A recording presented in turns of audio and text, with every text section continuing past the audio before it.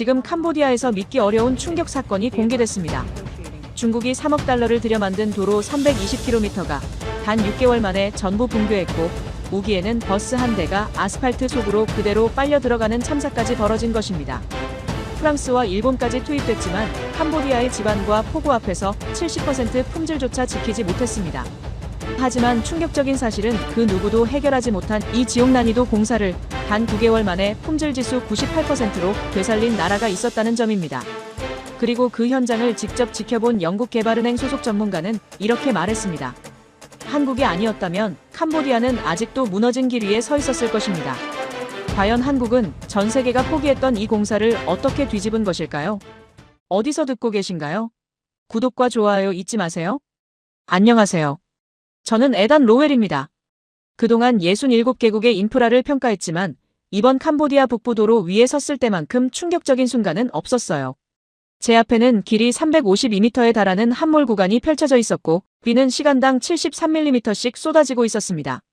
발밑의 아스팔트는 마치 과자처럼 부서졌고, 코끝에는 썩은 흙과 콘크리트 가루가 섞인 냄새가 진동했죠.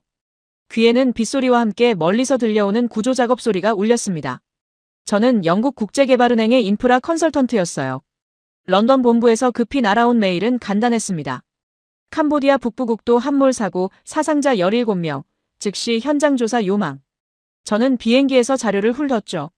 중국 건설사가 시공한 도로였고 완공한 지 불과 14개월 만에 무너진 것이었습니다. 현장에 도착한 순간 저는 제 눈을 의심했어요. 도로는 도로가 아니었습니다. 중앙선을 기준으로 양쪽이 각각 다른 높이로 침하되어 있었고 배수로는 진흙으로 완전히 막혀 있었죠. 제가 가져온 레이저 측정기로 확인한 결과 한쪽은 27cm, 다른 쪽은 41cm나 가라앉아 있었습니다. 이건 단순한 부실 시공의 수준이 아니었어요. 저는 무릎을 굽혀 손으로 직접 아스팔트 파편을 집어들었습니다. 손가락 사이로 부서지는 감촉이 느껴졌죠. 정상적인 아스팔트라면 단단하고 탄성이 있어야 하는데 이건 마치 말라빠진 흙덩이 같았습니다. 저는 현지 조사관에게 물었어요. 지반 개량 작업을 했느냐고요. 그는 고개를 저었습니다. 중국 측은 설계도대로만 포장을 깔았다고 했죠. 지반 조사도 배수 설계 변경도 아무것도 없었다는 겁니다. 제 머릿속이 복잡해졌어요. 저는 지난 12년간 개발도상국의 도로를 평가하는 일을 해왔습니다. 인도, 베트남, 필리핀, 미얀마까지 다녀봤지만 캄보디아는 달랐어요. 이곳은 연간 강수량이 2100mm에 달하고 우기가 6개월이나 지속되는 곳이었죠. 게다가 지반은 모래층과 점토층이 불규칙하게 교차하는 최악의 구조였습니다. 무게를 견디지 못하는 땅 위에 물을 빼낼 장치도 없이 그저 검은 아스팔트만 덮어 씌운 결과가 이것이었어요. 저는 천천히 무너진 구간을 따라 걸었습니다. 발걸음마다 물이 튀었고 장화 속으로 진흙이 스며들었죠. 50m쯤 걸었을 때 제 눈에 버스 한 대가 들어왔어요. 노란색 차체가 반쯤 함몰 구간에 박혀 있었습니다. 사고 당일 이 버스는 47명의 승객을 태우고 이 길을 지나가다 순식간에 무너진 도로에 빠졌다고 했죠. 17명이 다쳤고 3명은 중상이었습니다. 저는 가슴이 먹먹했어요. 도로는 단순한 건설물이 아니었습니다. 그것은 사람들의 생명과 직결된 인프라였죠. 한 나라의 경제, 물류, 교육, 의료 시스템이 모두 도로 위에서 움직입니다. 캄보디아 같은 개발도상국에서는 더욱 그랬어요. 도로가 없으면 학교도, 병원도, 시장도 갈 수 없습니다. 이 무너진 길 하나가 수천 명의 삶을 마비시킨 거였죠. 저는 현지 정부 관료를 만났습니다. 그는 쏙 빠진 눈과 지친 표정으로 저를 맞았어요. 그는 말했습니다. 중국은 빠르고 싸다고 약속했다고요. 8개월 만에 완공하고 비용도 다른 나라의 절반이라고 했답니다. 캄보디아 정부는 그 말을 믿었고 계약을 맺었죠. 하지만 결과는 이것이었어요. 14개월 만에 무너진 도로, 사상자, 그리고 다시 막대한 복구 비용이었습니다. 저는 자료를 꺼내 펼쳤습니다. 중국 측이 제출한 설계도와 시공 보고서를 검토했죠. 놀랍게도 서류상으로는 완벽했어요. 지반 조사 완료, 배수 설계 적합, 재료 품질 인증까지 모든 체크리스트에 도장이 찍혀 있었습니다. 하지만 현장은 정반대였죠. 저는 깨달았어요. 이건 기술의 문제가 아니라 시공 과정 전체의 문제였다고요. 저는 무너진 단면을 자세히 관찰했습니다. 비가 멈춘 틈을 타서 함몰 구간 가장자리로 내려갔어요.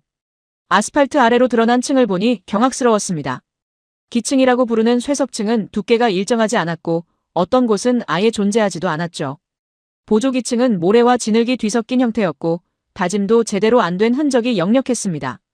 이건 공사가 아니라 날림이었어요. 제 가슴 속에서 분노가 치밀었습니다. 저는 전문가로서 수십 년간 여러 나라의 인프라를 봐왔지만 이렇게 무책임한 시공은 처음이었어요. 캄보디아는 가난한 나라였습니다. 한정된 예산으로 국가의 미래를 건설해야 하는 곳이었죠. 그런데 중국은 싸고 빠르다는 미끼로 계약을 따내고 품질은 완전히 무시한 채 공사를 밀어붙인 겁니다. 저는 현장을 더 둘러봤습니다. 배수로를 확인하러 갔을 때 더 큰 충격이 기다리고 있었어요. 설계도에는 폭 80cm, 깊이 60cm의 콘크리트 배수로가 표시되어 있었습니다. 하지만 실제로는 폭 40cm, 깊이 30cm의 좁은 도랑만 파여 있었고 그마저도 진흙과 쓰레기로 가득 차 있었죠. 이런 상태로는 우기의 물을 감당할 수 없었어요. 물이 빠지지 않으니 도로 아래에 고이고 지반을 약화시키고 결국 무너지는 거였습니다. 저는 사진을 찍었습니다. 103장의 사진과 27개의 동영상을 기록했죠. 모든 증거를 확보해야 했어요. 본부에 보고할 때, 그리고 캄보디아 정부에 권고안을 제출할 때 필요할 자료였습니다. 저는 메모장에 휘갈겨 썼어요. 지반 계량 없음, 배수 시스템 부실, 재료 품질 의심, 시공관리 부재, 품질 검사 누락. 해가 저물고 있었습니다. 주황빛 하늘 아래 무너진 도로는 더욱 처참해 보였어요. 저는 현장을 떠나며 생각했습니다. 이 도로를 다시 건설할 수 있을까? 누가 이 어려운 조건을 이겨내고 제대로 된 길을 만들 수 있을까? 캄보디아는 폭우가 쏟아지는 우기, 극도로 약한 지반, 부족한 예산과 장비, 모든 것이 최악의 조건이었습니다. 저는 호텔로 돌아와 보고서를 작성했어요. 컴퓨터 앞에 앉아 키보드를 두드리며 결론을 썼습니다. 이 프로젝트는 세계에서 가장 난이도 높은 도로 건설 중 하나다. 중국의 시공은 완전히 실패했다. 새로운 파트너가 필요하다. 하지만 누가 이 땅에서 성공할 수 있을까? 저는 그 답을 알지 못했죠. 창밖으로 비가 다시 내리기 시작했습니다. 빗방울이 유리창을 두드리는 소리가 들렸어요. 저는 눈을 감고 생각했습니다. 캄보디아의 미래는, 이 나라 사람들의 삶은 결국 길 위에서 결정될 거라고요. 하지만 그 길을 누가 만들어줄 수 있을까? 프랑스도 일본도 중국도 실패한 이 땅에서요. 제 머릿속은 복잡했습니다. 저는 이 일을 해결해야 했어요. 국제개발은행의 컨설턴트로서 그리고 한 인간으로서 이 문제를 외면할 수 없었습니다. 캄보디아는 저에게 단순한 업무 대상이 아니었죠. 이곳 사람들의 눈빛, 무너진 도로 위에서 망연자실하던 그들의 표정이 제 가슴에 각인되어 있었습니다. 다음 날 아침, 저는 다시 현장으로 향했어요. 이번에는 더 깊은 조사가 필요했습니다. 저는 지반 조사 장비를 가지고 와서 직접 땅을 뚫어봤죠. 표면 아래 1m 지점에서 모래층이 나왔고 2m 지점에서는 물기 머금은 점토층이 나왔습니다. 이 구조로는 무게를 지탱할 수 없었어요. 지반 계량 없이는 어떤 포장도 무너질 수밖에 없는 땅이었죠. 저는 한숨을 내쉬었습니다. 이 문제를 해결하려면 단순한 도로 재시공이 아니라 완전히 새로운 접근이 필요했어요. 지반을 계량하고 배수 시스템을 재설계하고 우기를 고려한 공법을 적용하고 철저한 품질 관리를 해야 했습니다. 하지만 과연 누가 이 모든 걸 해낼 수 있을까요? 저는 그때 알지 못했습니다. 곧 제 인생을 완전히 바꿔놓을 한 나라의 팀이 이곳에 나타나리라는 것을요. 그들은 제가 생각했던 것보다 훨씬 더 놀라운 기술과 태도를 가지고 있었습니다. 저는 그저 보고서를 쓰며 막연하게 생각했죠. 누군가는 해낼 수 있을 거라고요. 하지만 그게 바로 한국이 될 줄은 꿈에도 몰랐습니다. 현장 조사를 마치고 일주일이 지났습니다. 저는 프놈펜의 국토교통부 회의실에 앉아 있었어요. 에어컨이 돌아가는 소리만 정적을 깨뜨렸고 테이블 위에는 두꺼운 보고서 3건이 놓여 있었습니다. 프랑스 측 실패 보고서 418페이지, 일본 측 검토 자료 327페이지, 그리고 캄보디아 정부의 내부 평가서 156페이지였죠. 저는 천천히 첫 장을 넘겼습니다. 캄보디아 정부는 중국 도로가 무너진 직후 즉시 다른 선진국들의 손을 뻗었어요. 가장 먼저 연락한 곳은 프랑스였습니다. 프랑스는 식민지 시절부터 인도차이나 반도에서 토목 공사를 해온 경험이 있었고 아프리카에서도 수많은 인프라 프로젝트를 성공시킨 나라였죠. 캄보디아 정부는 희망을 품었어요. 프랑스라면 해결할 수 있을 거라고요. 2023년 11월 프랑스 엔지니어링 팀 1대1명이 도착했습니다. 보고서를 보니 팀장은 장피에르 뒤퐁이라는 58세의 베테랑 토목기사였어요. 그는 파리 에콜 폴리테크니크 출신으로 37년간 아프리카와 동남아에서 도로를 건설해온 전문가였습니다. 저는 그의 이력을 보며 생각했죠. 이 정도 경력이면 분명 해결책을 찾았을 거라고요. 하지만 보고서의 결론은 충격적이었습니다. 프랑스 팀은 3개월간 현장을 분석하고 87개 지점에서 집안 조사를 실시했어요. 그들은 최첨단 컴퓨터 시뮬레이션을 돌렸고 프랑스 본토에서 쓰는 최신 공법을 적용한 설계도를 완성했습니다. 저는 그 설계도를 펼쳐봤죠. 정말 완벽했어요. 집안 계량 방법, 배수 시스템, 포장 구조, 모든 것이 이론적으로 완벽했습니다. 문제는 시공 단계였어요. 프랑스 팀이 작성한 보고서에는 설계는 완벽했지만 현장 인력이 지시를 따라올 수 없었다고 적혀 있었습니다. 장비 운용 능력이 부족했고 품질 관리 개념 자체가 없었다는 거였죠. 우기가 시작되자 공정은 완전히 마비되었고 그들은 더 이상 진행할 수 없다고 판단했다고 했습니다. 저는 그 문장을 3번 읽었습니다. 프랑스는 기술적으로는 답을 찾았지만 실행할 수 없었던 거예요. 캄보디아의 현실과 프랑스의 기술 수준 사이에는 너무나 큰 격차가 있었죠. 프랑스 방식은 숙련된 인력과 최신 장비, 그리고 완벽한 시공 관리 시스템을 전제로 했습니다. 하지만 캄보디아에는 그 어느 것도 없었어요. 저는 다음 보고서를 집어들었습니다. 일본 측 자료였어요. 일본은 동남아에서 가장 많은 인프라 프로젝트를 수행한 나라였습니다. 태국, 베트남, 인도네시아에서 고속도로와 철도를 건설했고 그 품질은 세계적으로 인정받았죠. 캄보디아 정부는 프랑스가 실패한 후 곧바로 일본에 요청했어요. 2024년 2월, 일본 미쓰이시 종합건설의 조사단 8명이 파견되었습니다. 일본 팀의 접근 방식은 달랐어요. 그들은 처음부터 현장 적응성에 초점을 맞췄습니다. 보고서를 보니 팀장 다나카 히로시는 프랑스의 실패를 교훈 삼아 현지 조건에 맞춘 중간 수준의 기술을 적용하기로 했다고 썼더군요. 완벽한 설계보다는 실현 가능한 설계를 목표로 했다는 내용이었습니다. 저는 고개를 끄덕였습니다. 일본의 전략은 현실적이었어요. 그들은 현지 인력으로 시공 가능한 수준으로 기술을 낮추고 장비도 캄보디아에서 구할 수 있는 것들로 제한했습니다. 우기를 피해 공사 기간을 조정했고 단계별로 품질을 확인하는 시스템도 만들었죠. 하지만 결과는 역시 실패였습니다. 일본 보고서의 73페이지에 핵심 문장이 있었어요. 그들은 최선을 다했으나 이 환경에서는 70% 품질이 한계라고 결론 내렸습니다. 장비가 부족하고 기후 변수가 너무 크며 예산 제약이 심각하다는 거였죠. 우기가 시작되면 모든 공정이 멈추고 건기에도 집안이 예측 불가능하게 움직인다고 했어요. 이 땅에서 선진국 수준의 도로를 만드는 것은 불가능에 가깝다는 게 그들의 판단이었습니다.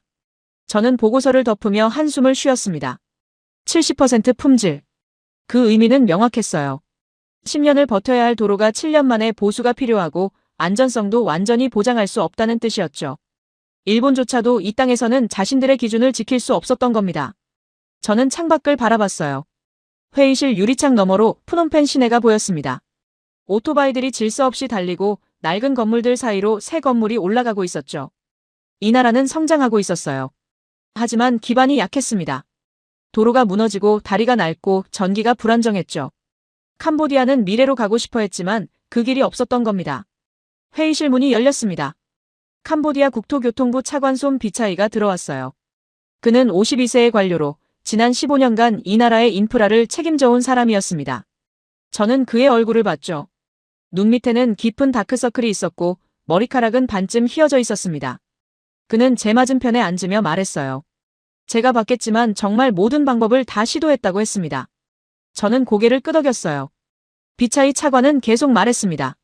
중국은 싸고 빨랐지만 품질이 형편없었고 프랑스는 기술은 좋았지만 현장에서 실패했다고 했어요. 일본은 그나마 현실적이었지만 결국 포기했죠. 그는 물었습니다. 어디로 가야 하는지, 누가 도와줄 수 있는지 말이에요. 그의 목소리에는 절망이 묻어 있었어요. 저는 프랑스와 일본의 보고서를 다시 펼쳤습니다. 두 나라 모두 기술력은 충분했어요. 하지만 그들은 한 가지를 간과했습니다. 이곳은 파리도 아니고 도쿄도 아니었다는 거죠. 캄보디아는 선진국의 기술을 그대로 이식할 수 있는 곳이 아니었어요. 저는 천천히 말을 이었습니다. 프랑스와 일본이 실패한 이유는 기술이 부족해서가 아니라고 했어요. 그들은 자신들의 방식을 고집했다는 겁니다. 프랑스는 완벽한 설계를 현지 인력에게 강요했고 일본은 타협했지만 결국 자신들의 기준을 포기할 수 없었다고 설명했죠. 비차이는 제 눈을 똑바로 보며 물었습니다. 그럼 답이 무엇이냐고요? 돈도 없고 장비도 없고 숙련된 인력도 없는데 도대체 어떤 나라가 이 조건에서 성공할 수 있느냐고 따졌어요. 저는 대답할 수 없었습니다. 사실 저도 답을 몰랐거든요. 프랑스와 일본이 실패한 이상 다른 유럽 국가들도 비슷한 결과를 낼 게 뻔했습니다. 미국은? 그들은 캄보디아 같은 작은 시장에 관심이 없었죠. 중국은 이미 신뢰를 잃었고요. 저는 보고서 더미를 다시 훑었어요.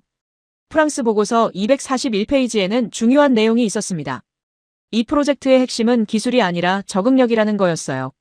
현지 조건을 완벽히 이해하고 제한된 자원으로 최대 결과를 내는 능력이 필요하다고 적혀 있었죠. 일본 보고서 189페이지에도 비슷한 내용이 있었어요. 성공하려면 설계와 시공, 그리고 관리가 하나의 팀으로 완벽히 통합되어야 한다는 내용이었습니다. 저는 펜으로 그 문장들의 밑줄을 그었습니다. 그렇다면 필요한 것은 무엇일까요? 고급 기술? 아니에요. 엄청난 자본? 그것도 아니었습니다. 필요한 건 현장을 장악하는 능력, 제한된 조건에서도 품질을 지키는 집념, 그리고 끝까지 책임지는 태도였어요. 비차이 차관이 다시 물었습니다. 제 의견은 무엇이냐고요? 국제개발은행은 무엇을 권고할 것이냐고 물었습니다. 저는 잠시 망설였어요. 솔직히 말하면 저는 이 프로젝트가 거의 불가능하다고 생각했습니다. 세계 최고의 기술을 가진 프랑스와 일본도 실패했는데 누가 성공할 수 있겠어요? 하지만 저는 차관의 눈을 보며 느꼈죠. 이 사람은 진짜 답을 원하고 있다는 걸요. 저는 천천히 말했어요. 솔직히 말씀드리면 쉽지 않다고 했습니다. 하지만 불가능한 건 아니라고도 덧붙였죠. 다만 지금까지와는 다른 접근을 해야 한다고 강조했어요. 선진국의 기술을 그대로 들여오는 게 아니라 캄보디아의 현실에 맞춘 솔루션을 찾아야 한다고 설명했습니다. 비차이는 고개를 끄덕이며 물었습니다. 그런 나라가 있느냐고요? 저는 대답하지 못했어요. 제 머릿속에는 수십 개 국가의 건설사 리스트가 떠올랐지만 어느 것도 확신이 서지 않았습니다. 독일? 너무 비싸요. 중국? 신뢰가 없죠. 영국? 식민지 시절에 악감정이 있었습니다. 그때 비차이가 말했어요. 사실 한 나라가 더 제안서를 보내왔는데 지금 검토 중이라고 했습니다. 저는 어느 나라냐고 물었어요. 그가 답했습니다. 한국이라고요. 한국. 저는 그 이름을 듣는 순간 속으로 고개를 갸우뚱했어요. 한국? 솔직히 저는 한국을 인프라 강국으로 생각해 본 적이 없었습니다. 삼성이나 현대 같은 회사는 알았지만 해외 도로 건설에서 한국이 두각을 나타낸다는 건 들어본 적이 없었거든요. 저는 한국이 어떤 제안을 했는지 물었습니다. 비차이는 얇은 파일 하나를 건넸어요. 저는 그것을 받아 펼쳤습니다. 첫 페이지에는 한글과 영어가 함께 적혀 있었고 제안사는 극동 엔지니어링이라는 회사였죠. 저는 그들의 제안서를 읽기 시작했습니다. 하지만 그때는 몰랐어요. 이 제안서가 그리고 곧 만나게 될 한국팀이 제 인생을 완전히 바꿔놓으리라는 것을요. 저는 여전히 회의적이었습니다. 프랑스와 일본도 못한 일을 한국이 할 수 있을까? 저는 그렇게 생각하며 파일을 덮었죠. 하지만 곧 깨닫게 됩니다. 제가 얼마나 큰 착각을 하고 있었는지를요. 프놈펜 국제공항. 저는 도착 게이트 앞에 서 있었습니다. 에어컨 바람이 목덜미를 스쳤고 주변에는 여행객 소리와 안내방송이 뒤섞여 울렸어요. 제 손에는 A4 용지 한 장이 들려 있었죠. 극동 엔지니어링 박진우 소장, 그리고 팀원 6명의 이름이 적힌 리스트였습니다. 솔직히 말하면 저는 기대하지 않았어요. 한국팀이라니. 프랑스와 일본도 실패한 프로젝트를 과연 해낼 수 있을까요?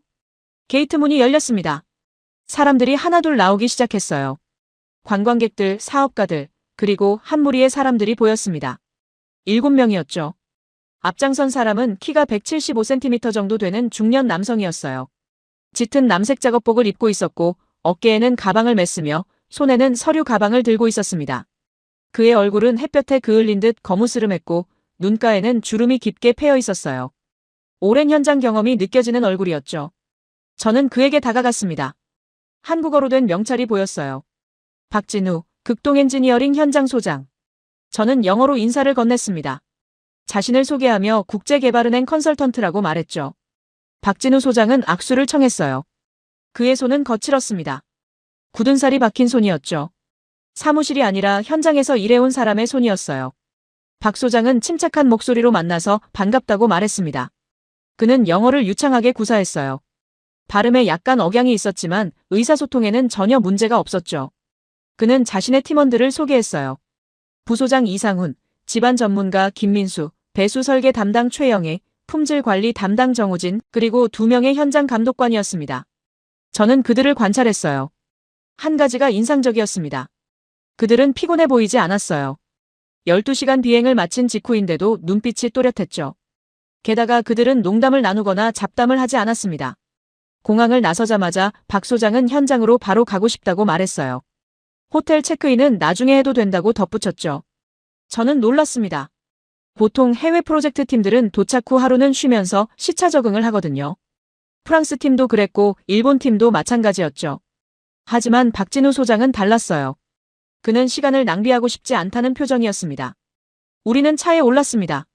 공항에서 북부 현장까지는 약 2시간 30분이 걸렸어요. 차는 비포장도로를 달렸고 창밖으로는 논과 야자수가 펼쳐졌습니다. 저는 박 소장에게 제안서를 작성할 때 캄보디아 도로의 난이도를 어떻게 평가했는지 물었어요. 박 소장은 담담하게 세계에서 가장 어려운 축에 속한다고 평가했다고 답했습니다. 우기 6개월, 약한 집안, 제한된 예산, 이 세 가지 조건이 동시에 충족되는 곳은 거의 없다고 설명했죠. 하지만 그는 어렵다고 해서 불가능한 건 아니라고 덧붙였어요. 다만 접근 방식이 달라야 한다고 강조했습니다. 저는 그의 말에 관심이 갔습니다. 접근 방식이 다르다는 게 무슨 의미냐고 물었죠. 박 소장은 선진국들은 자신들의 기준을 현장에 맞추려 한다고 설명했어요. 완벽한 설계를 만들고 그것을 현지에서 구현하려 하지만 현실은 설계대로 되지 않기 때문에 실패한다는 거였습니다. 그럼 한국은 어떻게 하느냐고 제가 물었어요. 박 소장은 창밖을 보며 한국은 현장부터 이해한다고 말했습니다. 땅이 어떤지, 기후가 어떤지, 인력이 어떤 수준인지 먼저 파악한 다음 그 조건 안에서 최대한의 품질을 끌어낸다고 설명했죠. 설계를 현장에 맞추는 게 아니라 현장에 맞는 설계를 만든다는 겁니다. 저는 그 차이를 이해했습니다. 미묘하지만 중요한 차이였어요. 프랑스는 완벽한 설계를 고집했고 일본은 타협했지만 여전히 자신들의 기준을 버리지 못했죠. 하지만 박 소장의 말은 달랐습니다. 현장이 곧 기준이라는 철학이었어요. 현장에 도착했습니다. 오후 12시 47분, 무너진 도로 구간이었어요. 박 소장과 팀원들은 차에서 내리자마자 작업복을 챙겨 입었습니다. 저는 그들을 따라 현장으로 걸어갔죠. 햇볕이 뜨거웠어요. 기온은 섭씨 37도였고 습도는 82%에 달했습니다. 땀이 등을 타고 흘러내렸죠. 박 소장은 무릎을 굽혔습니다. 그는 손으로 직접 땅을 만졌어요. 아스팔트 파편을 집어들고 냄새를 맡았고 부서지는 정도를 확인했죠. 그는 팀원들에게 지시했습니다. 김민수에게는 집안 조사 장비를 준비하라고 했고 최영희에게는 배수로 상태를 점검하라고 했어요. 정우진에게는 기존 시공 자료를 검토하라고 지시했습니다. 저는 그들의 움직임을 지켜봤습니다. 놀라웠어요. 그들은 마치 오래전부터 이곳에서 일해온 것처럼 자연스러웠습니다. 군더더기가 없었죠. 각자 맡은 역할을 정확히 알고 있었고 서로 확인하며 움직였어요. 30분 만에 그들은 현장의 핵심 문제를 파악했습니다. 박 소장이 저에게 다가와서 집안이 예상보다 더 불안정하다고 말했습니다. 표면 아래 1.2m 지점에서 물기를 머금은 점토층이 발견되었고 그 아래 2.8m 지점에는 모래층이 있다고 설명했죠. 이런 구조에서는 무게를 지탱할 수 없기 때문에 집안 계량이 필수라고 강조했어요. 저는 어떤 방식으로 계량할 것이냐고 물었습니다. 박 소장은 서류 가방에서 태블릿을 꺼냈어요. 화면에는 3D 설계도가 떠올랐습니다. 그는 CC 설계라고 불리는 방식이며 시공 친화적 맞춤 설계라는 의미라고 설명했습니다. 저는 그 용어를 처음 들었습니다. 박 소장은 CC 설계는 현장 인력이 실수 없이 시공할 수 있도록 모든 과정을 단순화하고 표준화한 설계라고 설명했어요. 복잡한 기술을 요구하지 않지만 각 단계마다 품질 검증 지점을 두어서 오류를 사전에 차단한다는 거였죠. 숙련공이 아니어도 매뉴얼만 따르면 일정 수준 이상의 품질이 나온다고 덧붙였습니다. 저는 고개를 끄덕였습니다. 이론적으로는 훌륭했어요. 하지만 실제로 가능할까요? 저는 여전히 반신반의했습니다. 그때였어요. 현장 뒤편에서 차 한 대가 다가왔습니다. 검은색 세단이었죠. 차가 멈추고 문이 열렸어요. 한 남자가 내렸습니다. 중국인이었습니다. 그는 키가 크고 체격이 좋았어요. 정장을 말끔하게 차려입고 있었고 선글라스를 끼고 있었죠. 저는 그를 알아봤습니다. 류펑. 중국 도로국 부국장이었어요. 그는 이 지역에서 중국의 인프라 프로젝트를 총괄하는 인물이었습니다. 류펑은 우리에게 다가와 저에게 오랜만이라고 인사를 건넸습니다. 저는 어색하게 답례했어요. 류펑과 저는 전에 한 번 만난 적이 있었습니다. 중국 시공 보고서를 검토할 때였죠. 그때 그는 상당히 방어적이었고 제 질문에 제대로 답하지 않았어요. 류펑은 박진우 소장을 보더니 영어로 한국에서 왔느냐고 물었습니다. 박 소장은 침착하게 그렇다고 답했죠. 류펑은 미소를 지으며 한국의 기술에 대해서는 들어본 적이 있다고 말했어요. 하지만 캄보디아는 특수한 환경이라며 한국의 방식이 여기에 맞을지는 의문이라고 덧붙였습니다. 박 소장은 표정 변화가 없었습니다. 그는 담담하게 환경이 특수한 만큼 더 신중하게 접근하겠다고 답했어요. 류펑은 고개를 끄덕이며 중국은 이미 이 지역에서 수십 년간 일해왔다고 강조했습니다. 지형도 알고 기후도 알고 현지 사정도 잘 안다고 말했죠. 그러면서 캄보디아의 길은 중국이 만들어야 한다고 주장했어요. 저는 그 말에 불편함을 느꼈습니다. 마치 캄보디아가 중국의 영역인 것처럼 말하는 투였어요. 박 소장도 그걸 느꼈을 겁니다. 하지만 그는 감정을 드러내지 않고 대신 길은 누가 만드느냐가 중요한 게 아니라 누가 안전하게 만드느냐가 중요하다고 말했습니다. 그리고 한국은 품질과 안전을 최우선으로 한다고 덧붙였어요. 류펑의 미소가 사라졌습니다. 그는 선글라스를 벗으며 박 소장을 똑바로 봤어요. 두 사람 사이의 공기가 무거워졌습니다. 저는 그 순간을 지켜봤죠. 류펑은 품질도 중요하지만 속도와 가격도 중요하다고 강조했습니다. 캄보디아는 가난한 나라이고 빨리 많은 도로를 건설해야 한다고 주장했어요. 박 소장은 침착하게 빠르고 싸게 지은 도로가 무너지면 결국 더 많은 비용이 든다고 반박했습니다.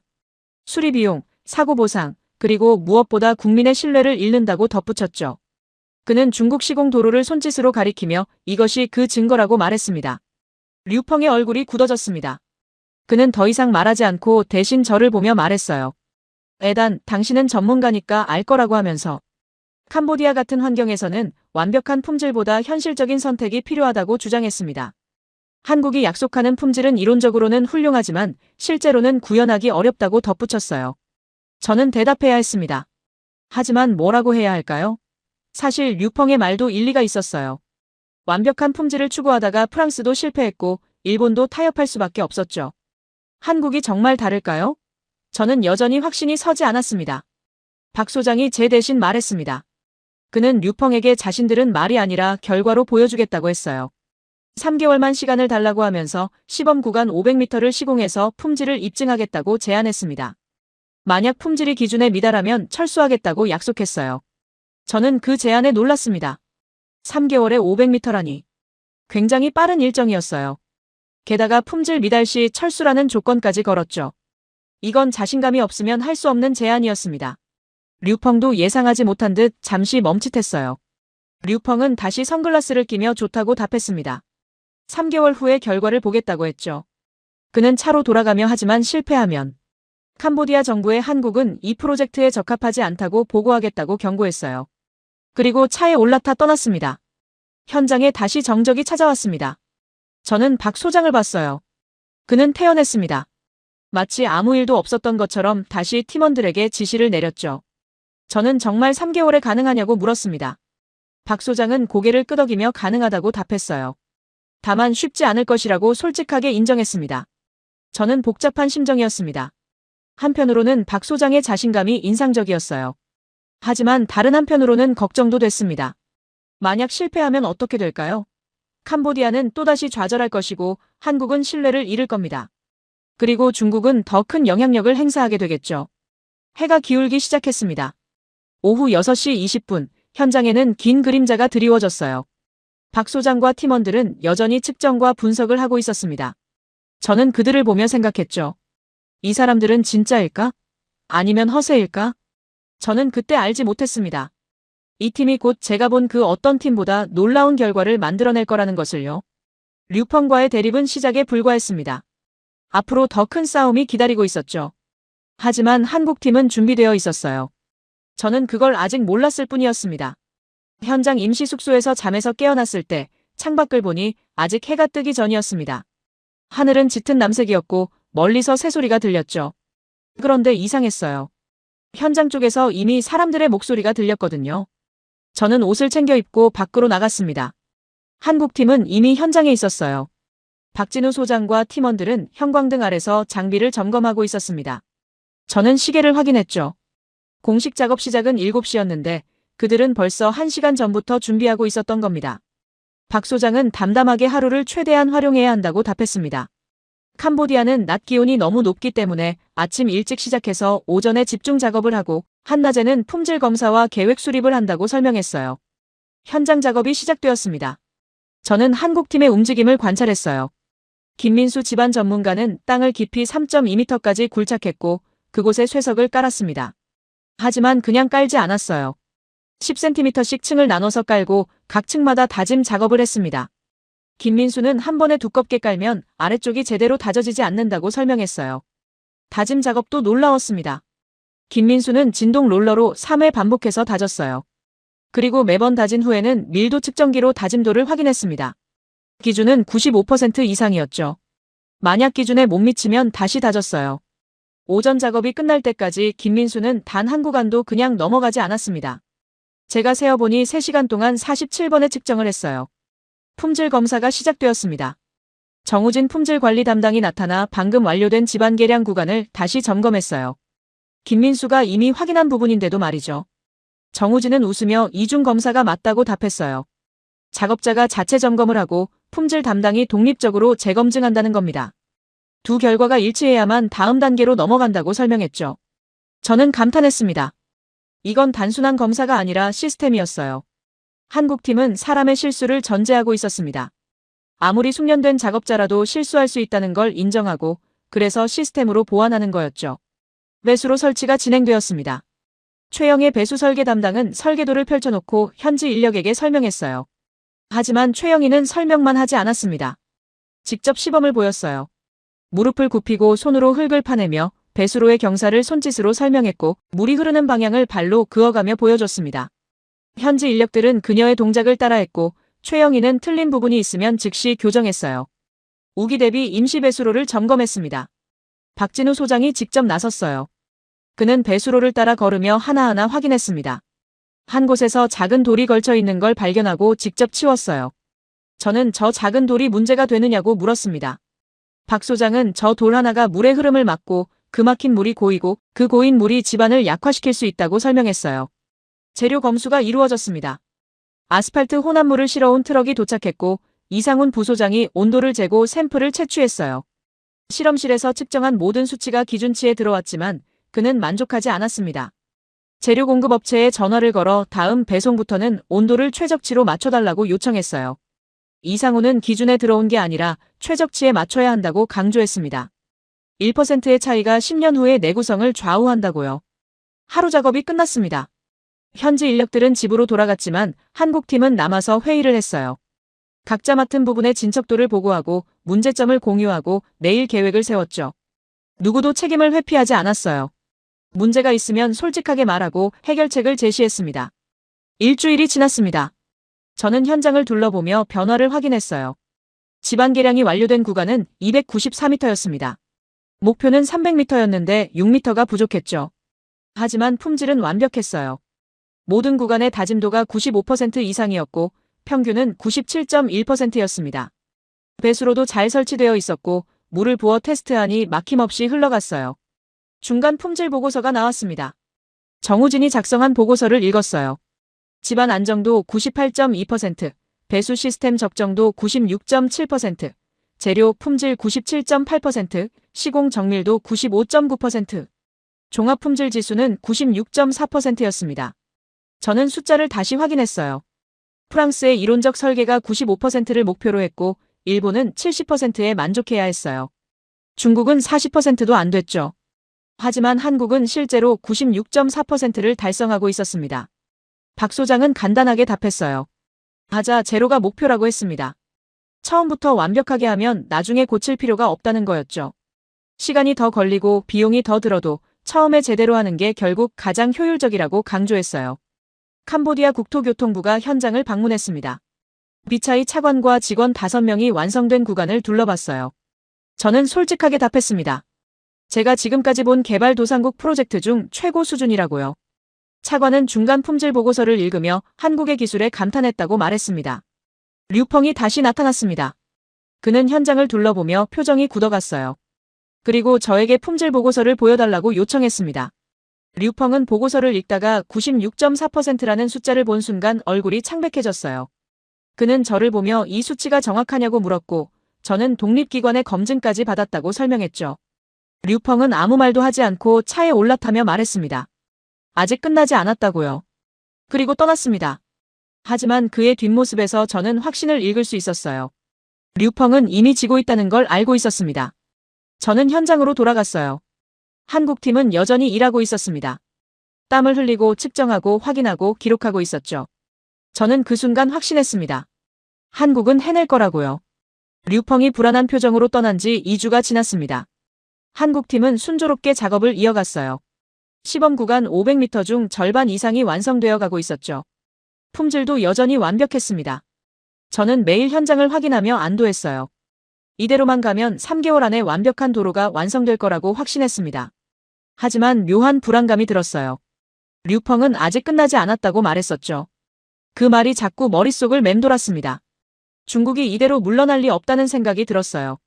그들은 캄보디아를 포기하지 않을 거라는 직감이 있었죠. 그때 비차이 차관에게서 연락이 왔습니다. 급하게 만나자는 내용이었어요. 저는 푸놈펜의 한 카페로 향했습니다. 차관을 만났을 때 그는 긴장된 표정이었어요. 중국 대사관에서 정식 면담을 요청했다고 말했습니다. 중국 외교부가 캄보디아에 2억 달러 규모의 차관을 제안했다는 거였죠. 조건은 단 하나, 도로 프로젝트에 중국 기업을 포함시키라는 것이었습니다. 2억 달러는 캄보디아에게 엄청난 금액이었습니다. 비차이는 한숨을 쉬며 정부 내에서 의견이 갈리고 있다고 했어요. 총리와 경제부는 받아들이자는 쪽이고 국토교통부는 반대한다고 설명했습니다. 그는 개인적으로는 한국만 믿고 가고 싶지만 정치적 압력이 너무 크다고 솔직하게 인정했어요. 며칠 후 더 놀라운 소식이 들려왔습니다. 중국 건설사가 새로운 제안서를 제출했다는 거였어요. 저는 제안서를 읽고 충격을 받았습니다. 중국은 한국보다 절반 가격에 3개월 만에 완공하겠다고 약속했어요. 게다가 5년 무상 유지 보수까지 포함한다고 했죠. 불가능한 약속이었지만 숫자는 강력했습니다. 푸놈펜 곳곳에서 중국의 움직임이 포착되었습니다. 류펑은 거의 매일 정부 청사를 드나들었어요. 고위 관료들을 만나고 식사를 하고 선물을 전달했습니다. 중국은 기술이 아니라 정치와 돈으로 승부를 걸고 있었죠. 박진우 소장에게 상황을 설명했습니다. 박 소장은 조용히 듣고 있다가 예상했던 일이라고 답했어요. 중국은 캄보디아를 자신들의 영향권으로 생각하고 한국의 성공을 도전으로 받아들인다고 설명했죠. 그는 자신이 할 일은 변하지 않는다고 강조했어요. 정치가 어떻게 움직이든 최고의 품질로 도로를 완성하는 것뿐이라고요. 2주가 더 지나 캄보디아 정부가 결정을 내렸습니다. 비차이 차관이 전화로 알려줬어요. 정부가 양쪽 모두를 선택했다고 했습니다. 한국과 중국 두 나라가 동시에 도로를 시공하라는 결정이었죠. 한국은 시범 구간 500m를 계속 진행하고 중국은 그 옆 500m를 만든다는 계획이었습니다. 같은 도로를 두 나라가 동시에 만든다니 재앙이 될 게 뻔했어요. 박 소장은 놀라지 않았습니다. 다만 한국 구간에 대한 간섭이 없을 거냐고만 확인했고 저는 비차이 차관에게 보장받았다고 답했죠. 중국팀이 현장에 도착했습니다. 트럭 15대와 인력 120명이 왔어요. 류펑이 직접 지휘를 맡았고 중국 마이너스 캄보디아 우호 도로라는 플래카드를 걸었습니다. 첫날부터 차이가 확연했어요. 중국팀은 빠르게 움직였습니다. 집안 조사는 형식적으로만 했고 측정도 대충 했죠. 그들은 하루 만에 80m를 굴착했어요. 한국팀이 일주일 걸려 할 일을 하루에 끝낸 겁니다. 하지만 저는 세부 사항을 확인했어요. 중국팀의 굴착 깊이는 일정하지 않았습니다. 어떤 곳은 2.5m, 어떤 곳은 3.8m였죠. 기준은 3.2m인데 말이에요. 쇠석을 깔 때도 한 번에 30cm씩 부었고 다짐도 한 번만 했어요. 중국 감독관은 경험으로 충분하다며 매번 측정하면 시간만 낭비라고 말했습니다. 한 달이 지났습니다. 중국은 이미 320m를 완성했다고 발표했어요. 한국은 같은 기간 280m를 완료했죠. 숫자만 보면 중국이 앞서는 것 같았고 정부 일각에서는 중국의 속도를 칭찬했습니다. 하지만 저는 몰래 중국 구간을 점검했어요. 배수로를 확인하자 문제가 드러났습니다. 경사가 불규칙했고 어떤 구간은 오히려 역경사였어요. 집안도 문제였습니다. 휴대용 밀도 측정기로 체크하니 다짐도가 평균 78%였어요. 기준인 95%에 한참 못 미쳤죠. 우기가 시작되었습니다. 처음 비가 내린 날 한국 구간은 문제 없었지만 중국 구간은 곳곳에 물이 고였고 일부는 이미 침하가 시작됐어요. 류펑은 당황해서 보수팀을 투입했지만 근본적인 해결책이 아니었습니다. 비가 그치면 또 다른 곳에서 문제가 생겼어요. 2달째 우기가 지속되었습니다. 한국 구간은 여전히 견고했어요. 박 소장이 우기를 대비해 만든 임시 배수로가 제 역할을 했고 집안 계량이 확실했죠. 하지만 중국 구간은 점점 무너져갔습니다. 처음 완성했다던 320m 중 거의 절반이 재시공이 필요한 상태가 됐어요. 비차이 차관이 긴급회의를 소집했습니다. 현 상황을 설명했죠. 한국 구간 품질지수 96.8%, 중국 구간 품질지수 42.3%. 숫자가 모든 걸 말해주고 있었습니다. 류펑이 변명을 늘어놓았지만 그의 목소리에는 확신이 없었어요. 박 소장은 조용히 우기는 처음부터 예정되어 있었다고 지적했습니다. 그래서 한국은 지반을 철저히 개량하고 배수 시스템을 제대로 만든 거라고 설명했죠. 3달째에 접어들자 중국 구간은 더욱 악화됐어요. 완성했다던 구간 중 210m가 다시 무너졌습니다. 반면 한국은 약속을 지켰어요. 3개월째 마지막 주 박 소장은 500m 전 구간을 완성했습니다. 최종 검사 결과 종합품질 지수 97.1%였어요. 중국 구간의 최종 평가는 참담했습니다. 완성된 구간은 110m에 불과했고 품질 지수는 39.7%였어요.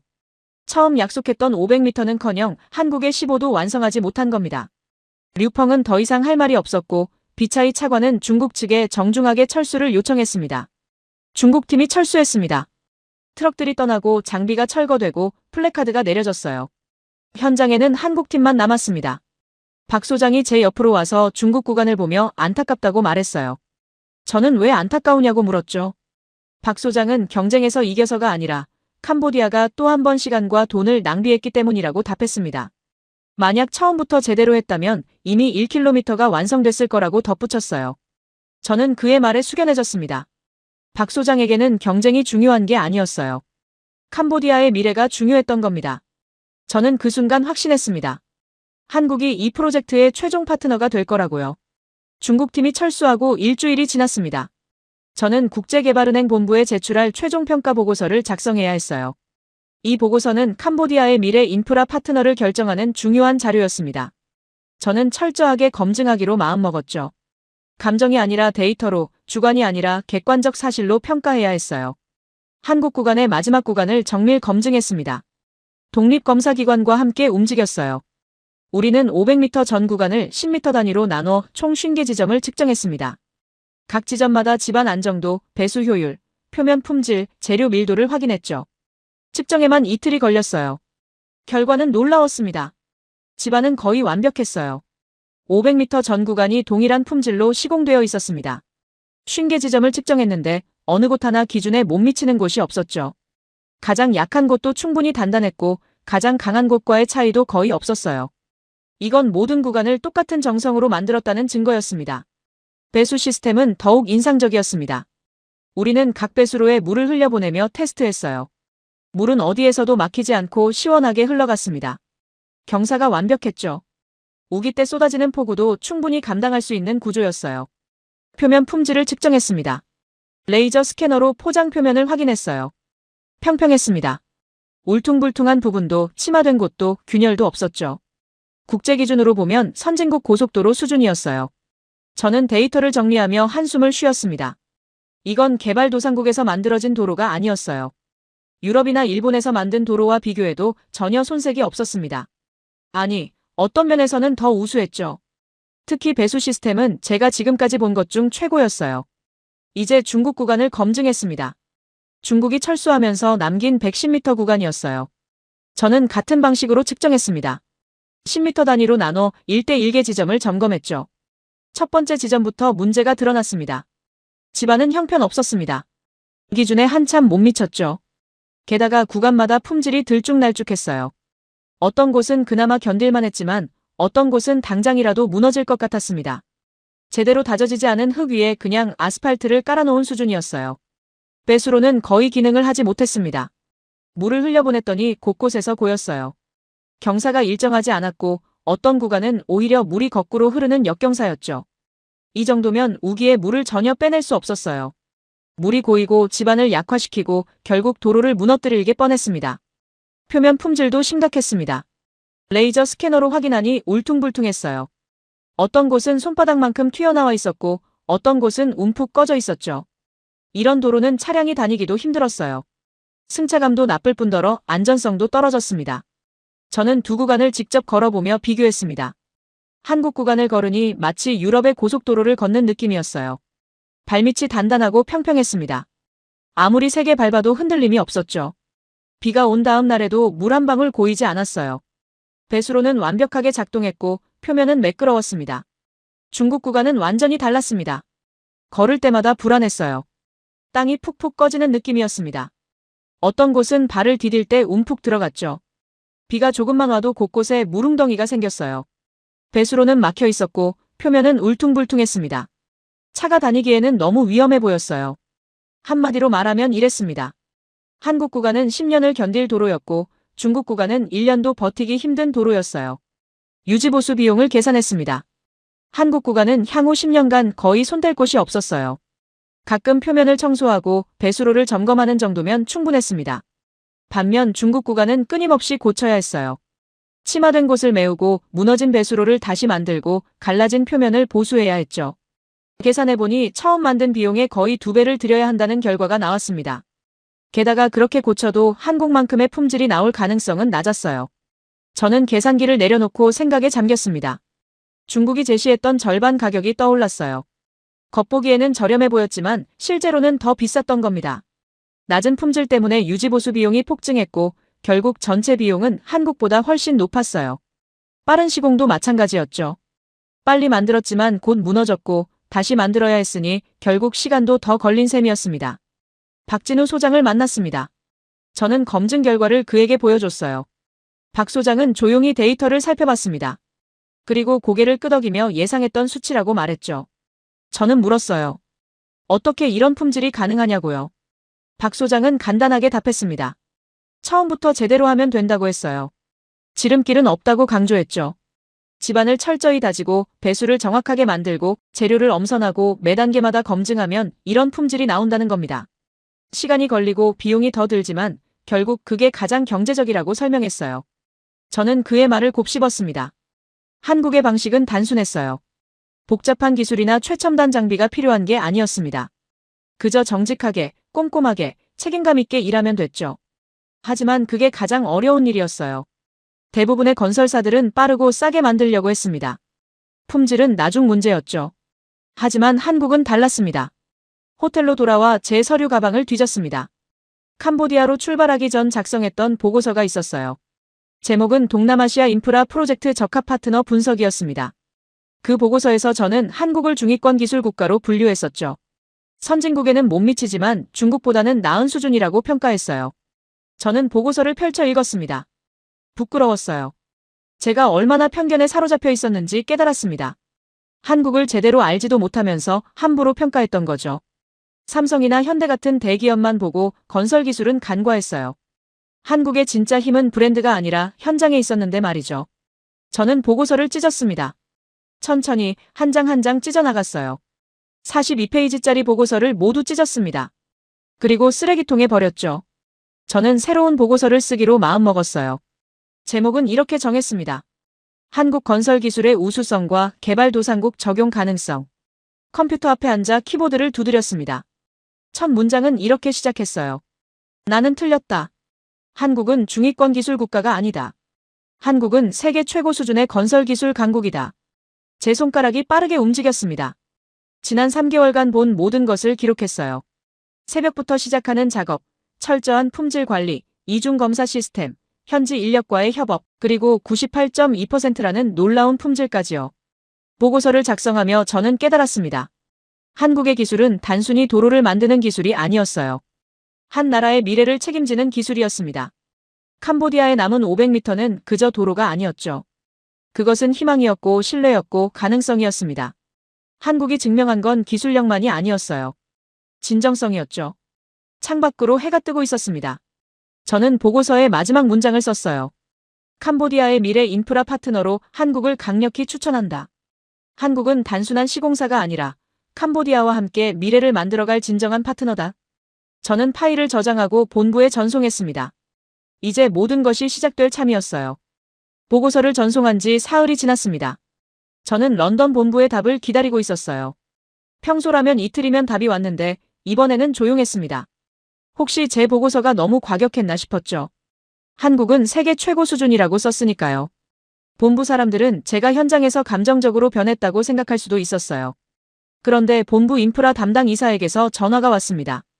그는 제 보고서를 읽었다고 말하며 처음에는 반신반의했다고 솔직하게 인정했죠. 하지만 제가 첨부한 데이터와 사진, 그리고 독립검사기관의 검증 결과를 보고 확신했다고 했어요. 본부는 제 권고안을 전폭 지지한다고 밝혔습니다. 안도의 한숨을 쉬며 이사의 말을 들었습니다. 이 보고서를 캄보디아 정부와 공유하겠다고 했어요. 그리고 국제개발은행 차원에서도 한국을 공식 추천 파트너로 선정하겠다고 덧붙였죠. 저는 감사하다고 답하고 전화를 끊었습니다. 창밖을 바라보니 이제 공은 캄보디아 정부에게 넘어간 셈이었어요. 이틀 후 비차이 차관에게서 연락이 왔습니다.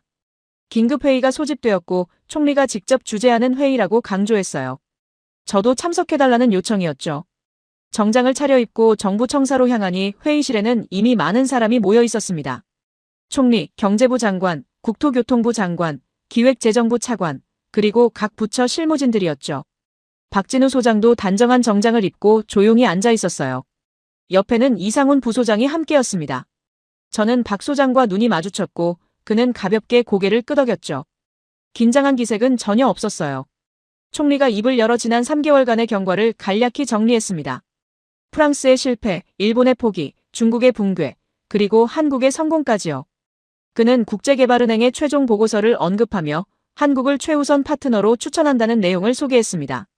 경제부 장관이 발언하며 여전히 신중한 입장을 보였어요. 한국의 기술력은 인정하지만 비용 문제를 고려해야 한다고 주장했습니다. 중국이 제안했던 낮은 가격이 경제적으로 더 유리할 수 있다는 논리였죠. 저는 속으로 한숨을 쉬었어요. 아직도 가격만 보는 사람들이 있었습니다. 그러자 국토교통부 장관이 반박했습니다. 그는 유지보수 비용을 강조하며 제 보고서를 인용했어요. 중국 방식은 장기적으로 더 많은 비용이 든다고 설명했죠. 처음에는 싸 보이지만 끊임없이 고쳐야 하고 결국 한국보다 2배 이상의 비용이 든다고 지적했습니다. 총리가 박진우 소장을 바라보며 물었습니다. 만약 캄보디아 전역의 도로를 만든다면 어떻게 하겠느냐고요. 박 소장은 침착하게 시범 구간과 똑같은 방식으로 하겠다고 답했어요. 품질을 타협하지 않고 현지 인력을 교육하고 철저한 관리 시스템을 적용하겠다고 설명했죠. 총리가 다시 기간은 얼마나 걸리느냐고 물었습니다. 박 소장은 계산기를 꺼내 잠시 생각하더니 답했어요. 1km당 6개월이 소요되고 캄보디아 북부 주요 도로 80km를 완성하려면 약 4년이 필요하다고 설명했습니다. 중국이 2년 안에 하겠다고 약속했던 것에 비하면 2배였죠. 경제부 장관이 이의를 제기하며 4년은 너무 길다고 말했어요. 국민들이 기다릴 수 없다고 주장했죠. 박 소장은 고개를 끄덕이며 이해한다고 말했습니다. 하지만 품질을 유지하면서 기간을 단축하는 데는 한계가 있다고 솔직하게 인정하고 대신 제안을 했습니다. 동시다발적으로 여러 구간을 시공하면 기간을 단축할 수 있다고 박 소장이 설명했어요. 한국에서 팀을 추가로 파견하고 현지 인력을 집중 교육해서 5개 구간을 동시에 진행하면 전체 기간을 2년 반으로 줄일 수 있다고 제안했죠. 품질은 그대로 유지하면서요. 총리의 표정이 밝아지며 각 부처 장관들을 돌아보며 의견을 물었어요. 국토교통부 장관은 찬성했습니다. 기획재정부 차관도 장기적 관점에서 한국이 낫다고 동의했어요. 경제부 장관은 여전히 망설였지만 결국 총리의 결단에 따르겠다고 말했습니다. 총리가 최종 발언을 했습니다.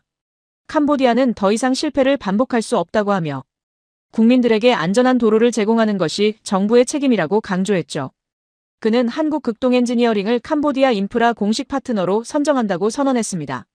그리고 북부 주요 도로 80km 중 80%를 한국에게 맡기기로 결정했다고 발표했어요. 회의실에 박수가 터져나왔습니다. 저는 박진우 소장을 봤어요. 그는 조용히 고개를 숙여 감사 인사를 했습니다. 환호하거나 기뻐하지 않았죠. 그저 묵묵히 책임감을 느끼는 표정이었어요. 이상훈 부소장은 작게 미소를 지었습니다. 회의가 끝나고 박 소장에게 축하한다고 말했습니다. 그는 고맙다고 답하며 이제 시작이라고 덧붙였죠. 시범 구간 500m와 80km는 규모가 완전히 다르다고 설명했습니다. 더 많은 인력과 장비, 그리고 철저한 계획이 필요하다고 강조했어요. 저는 그가 이미 머릿속으로 계획을 세우고 있다는 걸 알 수 있었습니다. 며칠 후 캄보디아 정부가 공식 발표를 위한 기자회견을 열었습니다. 총리가 직접 나서서 한국 극동엔지니어링과 파트너십을 맺었다고 북부 도로 건설의 80%를 한국에게 맡긴다고 선언했죠. 기자들이 질문을 쏟아냈습니다. 왜 중국이 아니라 한국이냐는 질문도 있었어요. 총리는 명확하게 품질과 안전이 최우선이라고 답했습니다. 가격도 중요하지만 국민의 생명이 더 중요하다고 강조했죠. 한국은 그 두 가지를 모두 만족시킨 유일한 파트너라고 설명했습니다. 기자회견이 끝난 후 뉴스는 빠르게 퍼져나갔어요. 시범 구간을 다시 방문했습니다. 한국이 완성한 500m였어요. 주민들이 그 도로 위를 걷고 있었습니다. 아이들은 뛰어놀았고 어른들은 짐을 나르고 있었죠. 한 노인이 저에게 다가와 이 길이 생긴 후 삶이 바뀌었다고 말했어요. 비가 와도 무너지지 않고 차가 안전하게 다니고 물건을 실어 나를 수 있게 됐다고 설명했습니다. 그의 말을 듣고 가슴이 뭉클했습니다. 도로는 단순한 건설물이 아니었어요. 그것은 희망이었고 가능성이었고 미래였습니다. 한국이 만든 500m는 캄보디아 사람들에게 새로운 삶을 열어준 거였죠. 그리고 이제 앞으로 64km가 더 만들어질 예정이었습니다. 박진우 소장이 현장에 나타나 주민들과 이야기를 나누고 있었어요. 통역사를 통해서였지만 진심은 전해졌습니다. 한 여성이 박 소장에게 감사하다고 말했어요. 박 소장은 겸손하게 자신들은 그저 일을 했을 뿐이라고 답했죠. 하지만 그의 얼굴에는 작은 미소가 번졌습니다. 그 장면을 지켜보며 생각했습니다. 한국의 진짜 힘은 기술이 아니었어요. 진심이었습니다. 캄보디아를 돕겠다는 진심, 제대로 된 길을 만들겠다는 책임감, 그리고 사람들의 삶을 바꾸겠다는 사명감이었죠. 그게 한국을 특별하게 만든 거였습니다. 해가 지고 주황빛 하늘 아래 500m 도로가 빛났어요. 그 위를 사람들이 걷고 차가 다니고 아이들이 뛰어놀았습니다. 저는 카메라를 꺼내 사진을 찍었어요. 이 순간을 기록하고 싶었습니다. 한국이 캄보디아에 남긴 첫 번째 선물이었으니까요. 박 소장이 제 옆으로 와서 저와 함께 석양을 바라봤어요. 저는 앞으로 64km를 만드는 게 부담되지 않느냐고 물었습니다. 박 소장은 고개를 저으며 부담이 아니라 기쁨이라고 답했어요. 캄보디아 사람들에게 더 많은 길을 만들어줄 수 있다는 게 감사하다고 말했죠. 그의 말에 고개를 끄덕였습니다. 한국은 해낼 거였어요. 저는 확신했습니다. 2년 반 후 이곳에는 80km의 완벽한 도로가 놓여 있을 거라고요. 그리고 그 도로는 캄보디아의 미래를 완전히 바꿔놓을 거라고 믿었습니다. 캄보디아를 떠나기 전날 밤 호텔방에서 짐을 싸고 있었습니다. 3개월간의 긴 여정이 끝나가고 있었어요. 창밖으로 푸놈펜의 야경이 보였죠. 불빛들이 반짝이고 오토바이 소리가 들렸습니다. 이 나라에 처음 왔을 때와 지금은 제 마음이 완전히 달라져 있었어요. 책상 위에 놓인 런던행 비행기 티켓을 보며 생각에 잠겼습니다. 도착하면 곧바로 국제개발은행 본부에서 최종 발표를 해야 했어요. 전 세계 개발도상국 인프라 프로젝트 담당자들이 모이는 자리였죠. 70여 개국 대표들 앞에서 캄보디아 프로젝트 결과를 발표하는 겁니다. 발표 자료를 다시 한번 점검했습니다. 제목은 한국 건설 기술의 우수성과 개발도상국 파트너십 모델이었어요. 52페이지 분량이었고 사진과 데이터로 가득했습니다. 한국팀의 작업 과정, 품질 검증 결과, 비용 분석, 그리고 캄보디아 정부의 최종 결정까지 모든 것이 담겨 있었죠. 다음 날 아침 공항으로 향하자 박진우 소장이 배웅을 나왔어요. 그는 이미 다음 프로젝트 준비로 바쁜 상황이었는데도 시간을 내준 겁니다. 저는 악수를 청하며 감사하다고 말했습니다. 박 소장은 오히려 자신들이 감사하다고 답했어요. 국제개발은행의 지원이 없었다면 이 기회도 없었을 거라고 덧붙였죠. 마지막으로 앞으로의 계획을 물었습니다. 박 소장은 조용히 캄보디아 북부 80km를 완성하는 게 첫 번째 목표라고 답했어요. 그리고 그 과정에서 현지 인력을 교육해서 캄보디아 사람들이 스스로 도로를 유지보수할 수 있게 만들겠다고 설명했죠. 기술 이전까지 생각하고 있었던 겁니다. 비행기에 올라 12시간의 비행 동안 창밖을 보며 지난 3개월을 되돌아봤습니다. 중국의 무너진 도로, 프랑스와 일본의 실패, 한국팀의 새벽 작업, 96.4%라는 놀라운 품질, 류펑의 불안한 표정, 그리고 주민들의 감사 인사까지요. 모든 장면이 파노라마처럼 스쳐 지나갔습니다. 런던에 도착한 후 며칠이 지나 발표 당일이 되었습니다. 대회의실에는 70여 개국에서 온 사람들이 가득 찼어요. 아프리카, 중남미, 동남아시아, 중앙아시아 각국의 인프라 담당자들이었습니다. 그들은 모두 같은 고민을 하고 있었죠. 어떻게 하면 제한된 예산으로 양질의 인프라를 만들 수 있을까요? 연단에 올라 마이크를 잡았습니다. 천천히 입을 열어 먼저 캄보디아의 상황을 설명했어요. 최악의 집안 6개월간의 우기, 부족한 예산과 장비, 그리고 연이은 실패들을요. 청중들은 고개를 끄덕였어요. 자신들의 나라 이야기 같았던 겁니다. 첫 슬라이드로 중국 구간 사진을 보여줬습니다. 무너진 도로, 고인 물웅덩이, 침하된 집안이 적나라하게 드러났어요. 그리고 품질 데이터를 보여줬죠. 청중들은 한숨을 쉬었습니다. 많은 나라가 비슷한 경험을 했던 거예요. 싸고 빠르다는 약속에 속아 결국 더 많은 비용을 낭비했던 겁니다. 다음 화면으로 한국 구간 사진을 보여주자 회의실이 술렁였어요. 완벽한 표면, 깔끔한 배수로 단단한 집안이 나타났고 품질 데이터가 함께 표시되었습니다. 몇몇 사람들은 믿을 수 없다는 표정이었죠. 개발도상국에서 이런 품질이 가능하냐는 의문이었습니다. 저는 답했습니다.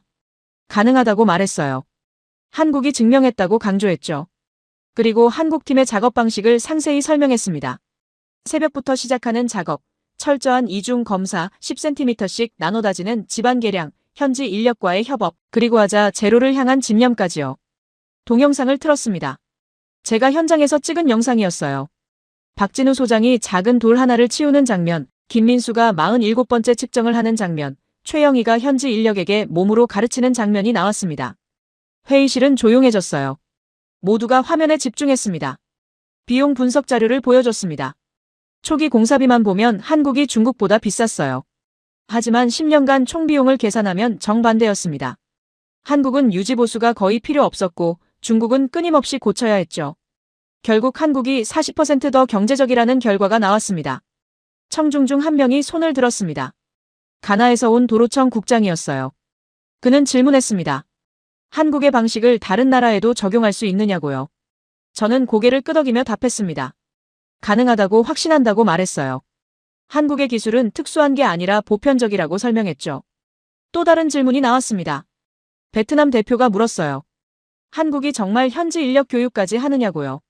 저는 그렇다고 답했습니다.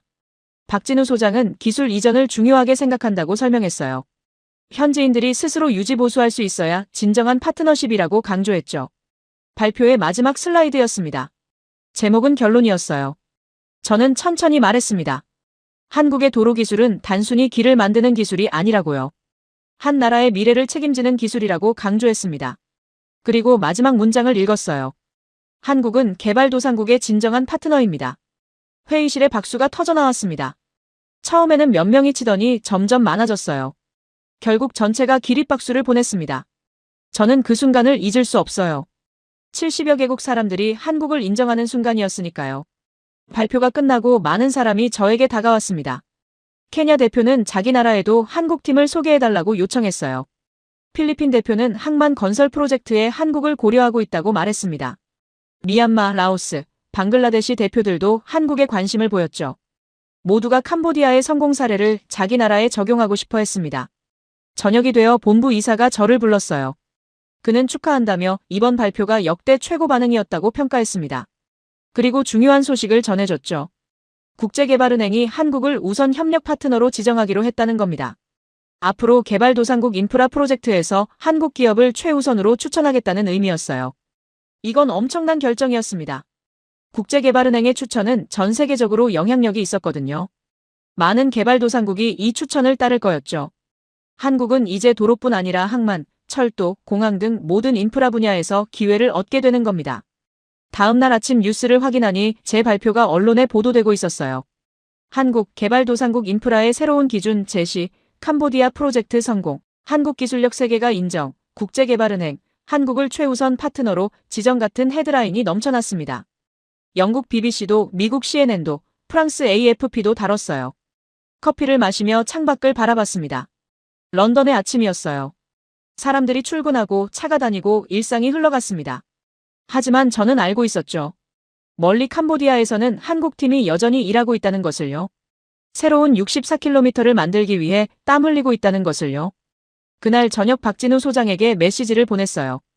발표가 성공적으로 끝났다고, 전 세계가 한국을 인정하고 있다고 전했습니다. 박 소장은 간단하게 답장을 보냈어요. 감사합니다. 저희는 계속 최선을 다하겠습니다. 그의 답장은 짧았지만 무게감이 있었습니다. 노트북을 열고 새로운 문서를 만들었습니다. 제목은 한국과 함께하는 미래였어요. 이건 제 다음 프로젝트를 위한 계획서였습니다. 케냐의 도로, 필리핀의 항만, 미얀마의 철도까지요. 한국과 함께 더 많은 나라의 인프라를 개선하고 싶었습니다. 창밖으로 별이 보였어요. 같은 별이 캄보디아에서도 보일 겁니다. 박진우 소장도, 김민수도, 최영희도, 이상훈도 같은 별을 보고 있겠죠. 그들은 내일도 새벽부터 일어나 현장으로 갈 거예요. 측정하고 확인하고 다지고 검증할 겁니다. 저는 확신했습니다. 한국은 계속 해낼 거라고요. 캄보디아뿐 아니라 전 세계에서요. 그리고 그 과정에서 수많은 나라의 미래가 바뀔 거라고 믿었어요. 한국이 만드는 건 단순한 도로가 아니었습니다. 희망이었고 가능성이었고 내일이었어요. 그날 밤 편안하게 잠들었습니다. 꿈속에서 저는 다시 캄보디아에 있었어요. 500m 도로 위를 걷고 있었죠. 주민들이 웃으며 지나가고 아이들이 뛰어놀고 차가 안전하게 달리고 있었습니다. 그리고 멀리서 박진우 소장이 손을 흔들고 있었어요. 저는 그에게 달려갔습니다.